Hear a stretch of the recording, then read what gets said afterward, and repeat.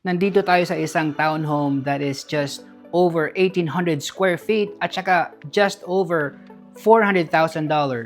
Tingnan natin to.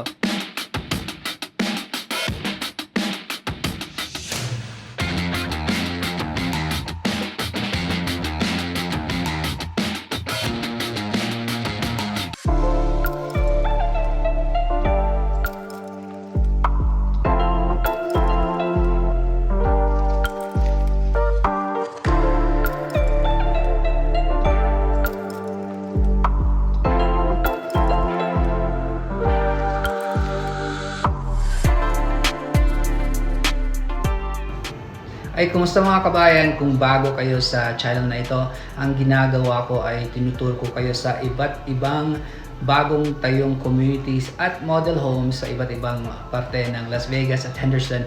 Kaya kung interesado kayo sa mga bagong bahay o nagbabala kayong lumipat, bumili o magbenta ng property dito sa Las Vegas, huwag kalimutang mag-subscribe, like this video at i-hit nyo na rin ang notification bell para updated kayo sa real estate market dito. Ay, kumusta mga kabayan? Nandito tayo sa Chelsea Community. Ito po ang builder po dito ay KB Homes. Ito po yung mga townhomes. These are 3-story townhomes po dito. So, today's date po is July 31st, 2025 para sa reference nyo, para sa price range.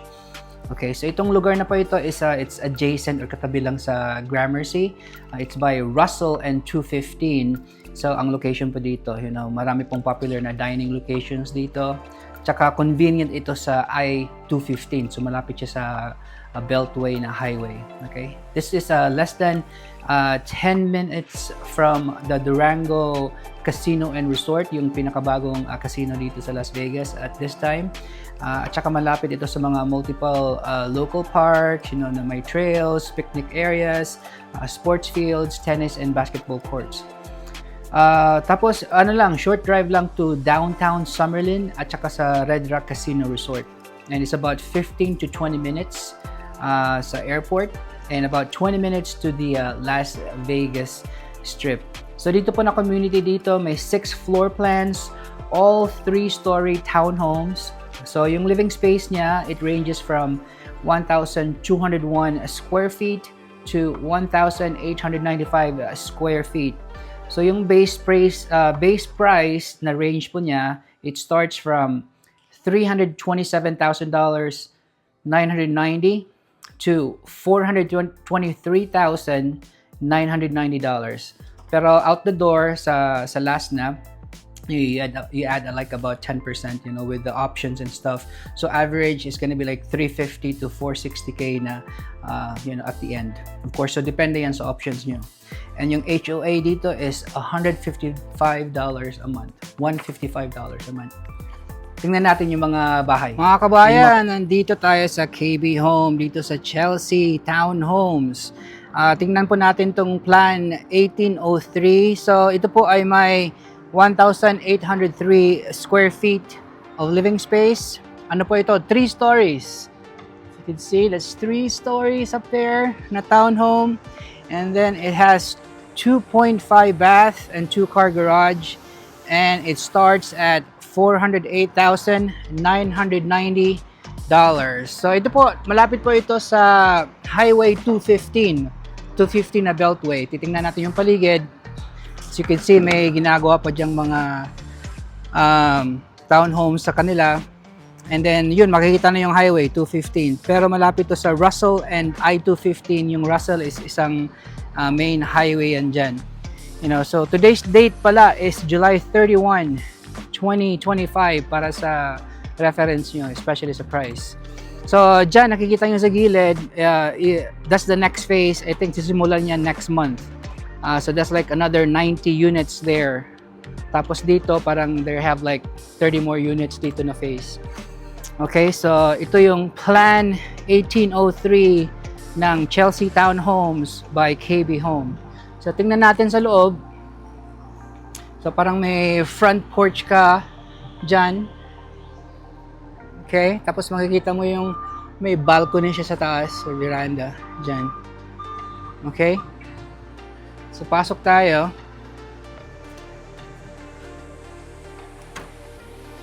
Yan.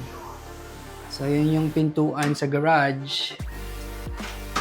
You can see. Tapos yung flooring niya, nilagay nila is vinyl planking na flooring. It's pretty nice. So, hindi tayo makakapasok sa garage. Pero ito, parang coat storage or coat closet dito nila. You know, pwede mong ilagay yung sapatos dyan sa baba. It's pretty good storage. Tapos sa katabi dyan, ito yung parang den or office nila, you know, which you could convert into a bedroom or something. Okay? So, yun. Okay rin yung lugar. Then,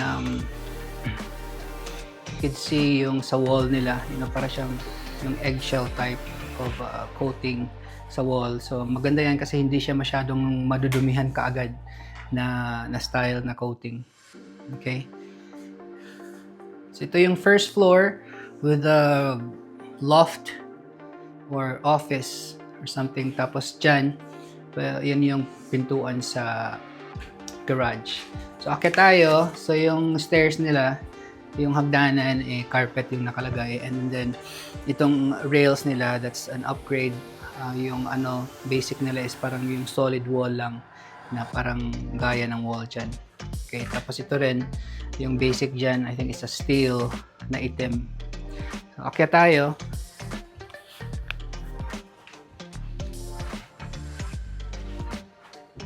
Yan. Yung flooring, same pa rin, of course. Vinyl, acrylic, vinyl planking. So, yan.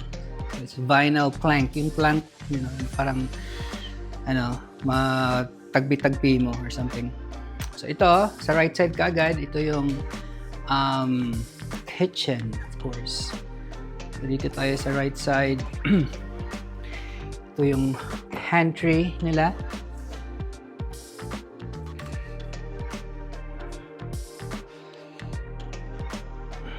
That's good. So, parang may 4 na shelvings.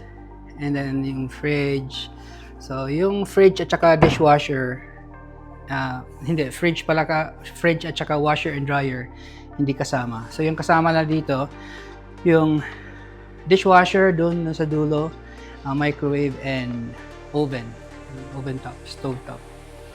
Okay, so yung countertop nila, nilagay nila dito is quartz. Pero yung basic nila is granite. Okay, so maganda kasi malaki yung countertop nila sa kitchen. And yung storage sa baba, so yung mga cabinets may handle. Yung basic nila, walang handle yung basic. But it's still easy to open. Parang lang yung option. Okay? Tapos dito sa kabila, yun yung stove at saka microwave. Ito yung sa loob. Pretty good size. Kung marami kang mga plato or anong lalagay dyan. Okay. So ito parang soft close to na cabinetry. It's also like an upgrade. So yun, standard microwave tsaka yung stove top nandyan. And may backsplash sila. That's an option too para mag-upgrade ka. Pero maganda rin tingnan na ganyan. Tapos dyan, yung sink, double sink. This is a standard sa kanila, yung double sink, tapos stainless steel. And then, yung faucet dyan. Okay? Tapos, may bintana para may view ka sa labas. Tapos, makikita mo dyan, ginagawa pa yung next phase para dito sa mga townhome dito. Okay? So, malaki pa yung gagawin nila. So, dyan, again, yung countertop is quartz. Okay? Tapos dito naman sa harap ng kusina, nandyan yung parang dining area nila. So, tamang-tama lang yung kalakihan ng dining table rin. It's good. Tapos may bintana siya dyan, malaking bintana. Katapat ng dining area. And then, yung katapat ng dining is yung living room right there. So, open concept talaga siya. Sa kitchen. Tapos Tapos yung dining nandito. And then nandyan yung living room area. So recreational area. So, laki nga ng couch. Sofa, yun ang L section. So maganda yung space dito. Okay, so may TV dyan. And then may ano rin sila, parang balcony sa labas. And I think yung sliding door dyan, that's an upgrade. Usually it's mas maliit dyan. Maybe yung standard yata is around 6 by 6 or something. Pero maganda rin siya, mas maganda siya kapag malaki yung sliding door na, clear yung glass para maganda yung view sa labas. Okay, tapos parang may yung storage dyan sa labas, parang sa water heater. Okay, so dyan. Tapos pag akyat mo dito sa right side, nandito yung powder room. Okay, and dyan, before aakyat sa 3rd floor, may powder room dyan. Ayan, so yung vinyl. Tapos yung stairs nila is carpet. Okay, so yung yung standard nila sa floor, kung hindi ka mag-upgrade, is carpet. Okay, tapos tile sa mga wet areas like kitchen or entrance ng bathroom or sa loob ng bathroom. Yun yung standard nila, yung tiles. So punta tayo sa 3rd floor sa mga rooms. So remind ko lang mga kabayan, kung pupunta kayo ng mga new builds na townhome or homes or whatever, mas mabuti na isama nyo yung realtor nyo, gaya ko, para at least may makaka-guide sa inyo and matulungan kayo makapag-negotiate. And so, at least yung buyer's agent na realtor, our best interest is para sa inyo. Di gaya ng mga salesperson dito, they work with a builder, So, kung titingin kayo ng mga bagong bahay dito or properties, let me know, call or text me, and I'll go with you from start to closing. So dito, pagpasok natin, ito yung full bath sa 3rd floor. Okay? Tapos dyan, yung toilet and combo tub and shower. Yan. Okay, tapos yung katabi dyan, yung first bedroom natin. Okay, pretty good space. Okay rin siya.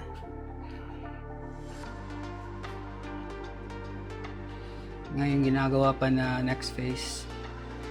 And then may storage dito. Sliding door. Just enough storage. So yung first bedroom, yung katabi nito, yung next one naman, it's about the same size. Ginawa nilang exercise room muna. Okay. Dyan. And then, yung closet with a sliding door. Okay. It's pretty good size.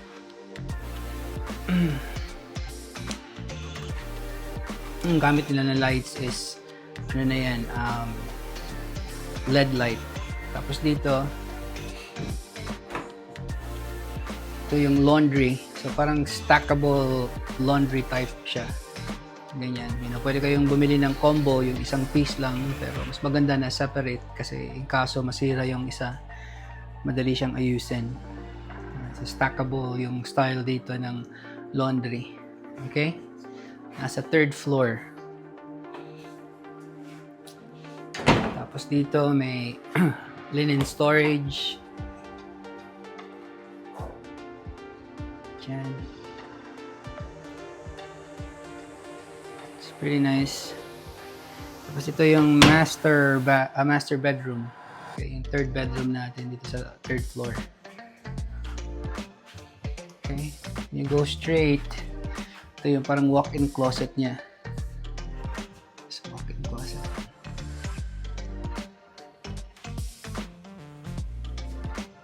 It's pretty good.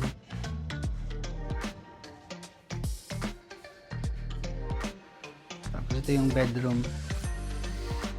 Ayan. think this is California king size na bed. Tapos may bintana dyan. I think that faces the front street. Dyan. Lakas ng hangin sa labas. And they've got a good view dito, banda. So I think yun yung bukid at saka yung hospital. Southern Hills yata yan. Okay. And then ito uli yung bedroom. Okay. Tapos dyan yung master bath. Pasok natin dito. So it's a walk-in shower. Tapos dito yung toilet. Sa likod ng pintuan. Okay. Shower lang dyan.